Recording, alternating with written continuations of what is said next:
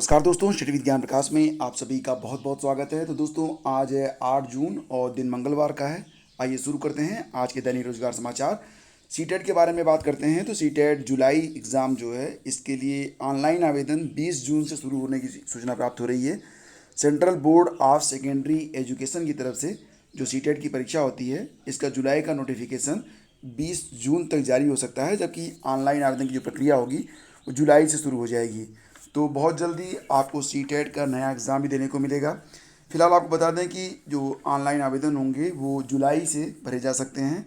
Admit card, जैसा कि आप जानते हैं, परीक्षा से एक सप्ताह पहले जारी किया जाता है और इसका जो रिजल्ट होगा वो दिसंबर तक जारी होगा। तो मतलब इसकी जो परीक्षा होगी वो अक्टूबर में हो सकती है। ऑनलाइन आवेदन करने की जो पूरी प्रक्रिया होती है उससे आप वेल नोन है।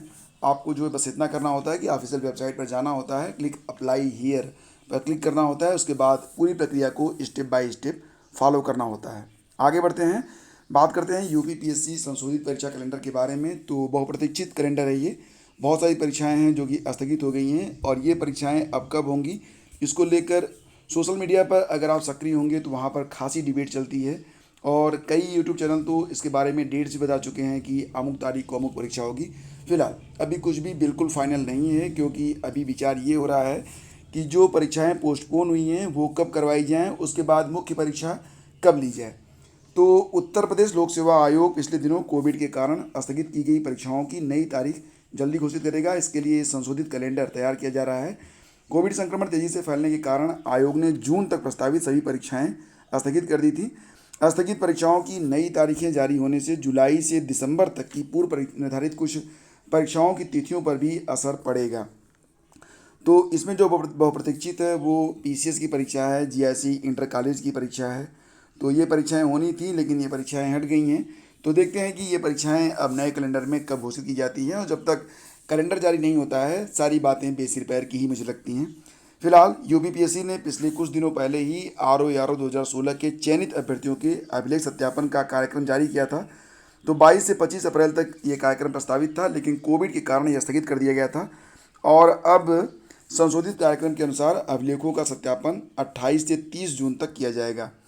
तो मुझे लग रहा है कि आगे चलकर आपको जुलाई से कुछ परीक्षाएं देने को मिल सकती हैं। हो सकता है कि जुलाई में तो नहीं, अगस्त के बाद ही। और पता नहीं क्यों मुझे बार बार ऐसा लग रहा है कि आरओ की परीक्षा अपने निर्धारित समय 1 अगस्त को हो सकती है।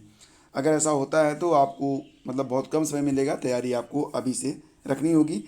थोड़ा सा और आगे बढ़ते हैं, चलते हैं अगली खबर पे। तो जल्द मिलेंगे नियमित परीक्षा नियंत्रक। बात यहाँ पर हो रही है इलाहाबाद विश्वविद्यालय के बारे में। तो इलाहाबाद विश्वविद्यालय को जल्द ही नियमित परीक्षा नियंत्रक मिल जाएंगे। इसके लिए इलाहाबाद विश्वविद्यालय प्रशासन की ओर से विज्ञापन को जारी किया गया है। परीक्षा नियंत्रक के साथ आंतरिक संपरीक्षा अधिकारी और डिप्टी रजिस्ट्रार के भी एक एक पद भर्ती के लिए विज्ञापन जारी किया गया है। आवेदन की प्रक्रिया शुरू हो गई है। आवेदन आप इलाहाबाद यूनिवर्सिटी की वेबसाइट पर जाकर कर सकते हैं। आवेदन पत्र 6 जुलाई तक रजिस्ट्रार कार्यालय में जमा करना लास्ट डेट है। ठीक है, तो फिलहाल ये बड़े बड़े पद हैं। इस पर अगर आप इस नोटिफिकेशन को देखना चाहते हैं, फॉर्म को देखना चाहते हैं, तो टेलीग्राम चैनल पर आइए, वहाँ पर मैं नोटिफिकेशन और जो आवेदन पत्र है उसको मैं शेयर कर दे रहा हूँ। आगे बढ़ते हैं, पीसीएस परीक्षा में 2 अतिरिक्त अवसर के लिए ट्विटर पर अभियान। तो पीसीएस परीक्षा में 2 अतिरिक्त अवसर की मांग को लेकर प्रतियोगी छात्रों ने ट्विटर पर अभियान छेड़ा है।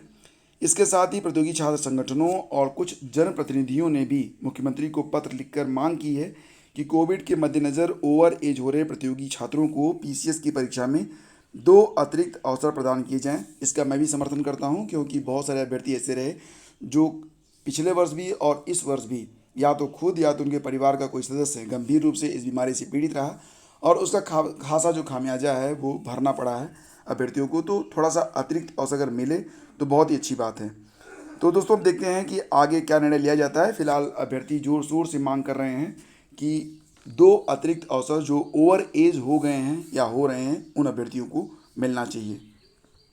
राजकीय इंटर कॉलेज के लिए एलटी ग्रेड हिंदी के चयनित शिक्षकों ने नियुक्ति की मांग को लेकर सोमवार से शिक्षा निदेशालय पर क्रमिक अनशन शुरू कर दिया है। अभ्यर्थियों का कहना है कि आवेदन की तिथि पर अर्हता को लेकर लोक सेवा आयोग की ओर से निर्णय नहीं लेने से नियुक्ति प्रक्रिया फंसी हुई है। आयोग के जरिए उनका चयन हुआ। आयोग ने शैक्षिक अभिलेखों की सत्यापन प्रक्रिया भी पूरी कर ली है।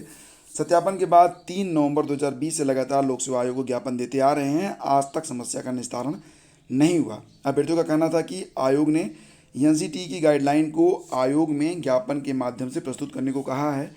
ऐसे में अभ्यर्थी अनिर्णय से परेशान होकर क्रमिक अनशन पर बैठ गए हैं। और दोस्तों बस आज के न्यूज़ में इतना ही, और हम शीघ्र ही मिलेंगे आपसे एक नए वीडियो में। तब तक के लिए मैं आज्ञा दीजिए। स्टडी विद ज्ञान प्रकाश 2.0 यूट्यूब चैनल को अगर आपने अभी तक सब्सक्राइब नहीं किया हुआ है तो कर लीजिएगा। सारी न्यूज़ आपको वहीं पर सबसे पहले मिलती है। तो इस वीडियो में आप सभी को आने के लिए बहुत बहुत धन्यवाद। Have a great day. जय हिंद।